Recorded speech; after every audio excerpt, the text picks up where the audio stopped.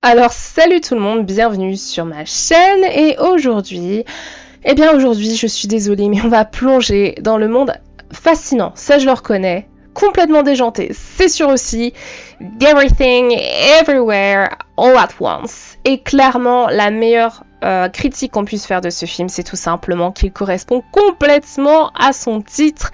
Alors préparez-vous car ce film est un véritable ovni cinématographique.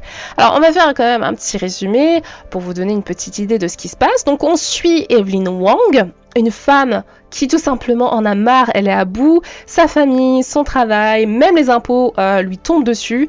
Et tout ça bascule quand elle se retrouve propulsée dans le multivers.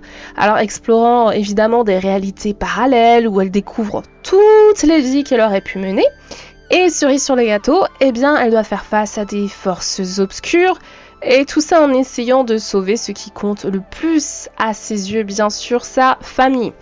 Alors, mon avis va être monstrueux parce que vous vous doutez déjà un film qui joue avec les concepts de multivers.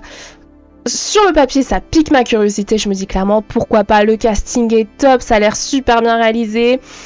En fait, c'est sûr, rien que pour l'originalité, franchement, ce film mérite d'être regardé. Mais je vais être complètement honnête avec vous, malgré son super succès au box-office, que ce soit aux États-Unis ou dans le monde entier, les critiques globalement franchement positives. D'ailleurs, je me suis demandé à un moment donné si c'était pas moi qui avais un problème mental.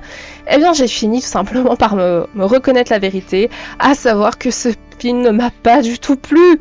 Alors je veux dire, on a un mélange de genres audacieux, la comédie, la science-fiction, l'action tout court, un casting en béton comme Michelle Yeoh ou Jamie Lee Curtis, je les aime vraiment trop les deux, on s'attend à quelque chose de super, de grandiose même, non? Pourtant, j'ai décroché au bout de 10 minutes, non j'exagère un peu plus que ça, mais ce film il part dans tous les sens, c'est trop long pour ce que ça raconte, 2h19 quand même. Et j'ai complètement perdu l'intérêt dans le visionnage. Moi, ce film m'a noyé. Alors, il semblerait de toute façon qu'avec ce film, on soit en mode chef-d'œuvre, c'est incroyable, ou alors un peu en mode waouh, j'accroche pas du tout, c'est vraiment chez père. Et malheureusement, je fais partie de ceux qui n'ont pas adhéré, car je l'ai trouvé vraiment brouillon, bordélique. Et j'aurais aimé, c'est ça le pire, mais c'est vraiment pas pour moi. Alors, il y a des qualités à ce film, je vais pas le nier, on en a déjà cité là quand même quelques-unes. Mais au-delà de ça, c'est un vrai vent de fraîcheur dans le paysage cinématographique. Souvent, c'est trop formaté, c'est un peu lassant, on voit toujours les mêmes choses. Et là, encore une fois, non, on a quelque chose de différent, de cool. C'est un film bourré d'idées, avec des plans qui débordent d'inventivité. On a même certaines séquences qui sont vraiment what the fuck inattendues, qui pourraient peut-être, je sais pas, devenir culte. Alors, je comprends évidemment tout le buzz que ce film a généré, le bouche à oreille, qui a été plutôt bon, hein. Et c'est vrai, ça mérite une mention spéciale, il y a des qualités.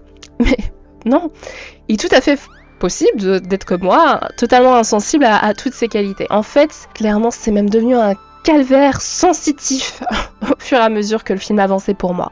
Et vraiment, j'étais à deux doigts de me noyer dans mon popcorn parce que, en fait, c'est un immense vacarme visuel, sonore, tout ce que vous voulez, qui ne termine jamais. C'est un tourbillon scénaristique et c'est frustrant parce que si je devais résumer ce film par un terme, ce serait chaos narratif. Moi, j'ai l'impression qu'il n'y a tout simplement aucun sens à tout ça et que ce scénario est sorti d'un cerveau de singe malade qui voulait jouer au réalisateur, c'est tout. Non, en vrai, rien que pour l'originalité, comme je l'ai dit, ce film vaut l'expérience d'être regardé. Je suis certaine qu'il y en a plein qui vont adorer. Moi, je me suis retrouvée complètement bordélisée par ce film. Mais en résumé, ça ne vous laissera sans doute pas indifférent. Et rien que pour ça, que vous aimiez ou non, c'est hyper bien de se faire son propre avis. Parce que avant de regarder, moi, j'étais persuadée que j'allais adorer. Et je connais des gens pour qui ça a été l'exact opposé, ils s'attendaient à un bordel monstre, ils ont eu un bordel monstre, mais ils ont apprécié. Alors avec ses digressions loufoques, son scénario farfelu, franchement c'est presque une expérience cinématographique à part entière ce film. Oui, c'est un ovni, c'est déconcertant, c'est généreux par contre, et c'est aussi audacieux. Alors si vous avez envie de vivre un moment décalé, un moment cinéma un peu fou, eh bien n'hésitez pas à regarder, l'expérience en vaut quoi qu'il en soit la peine. En attendant, merci d'avoir écouté cette critique aussi bordélisée que le film dont on parle. N'oubliez pas éventuellement de liker, de vous abonner pour d'autres critiques du même genre. En attendant, à bientôt pour de nouvelles critiques ciné. Surtout, prenez soin de vous.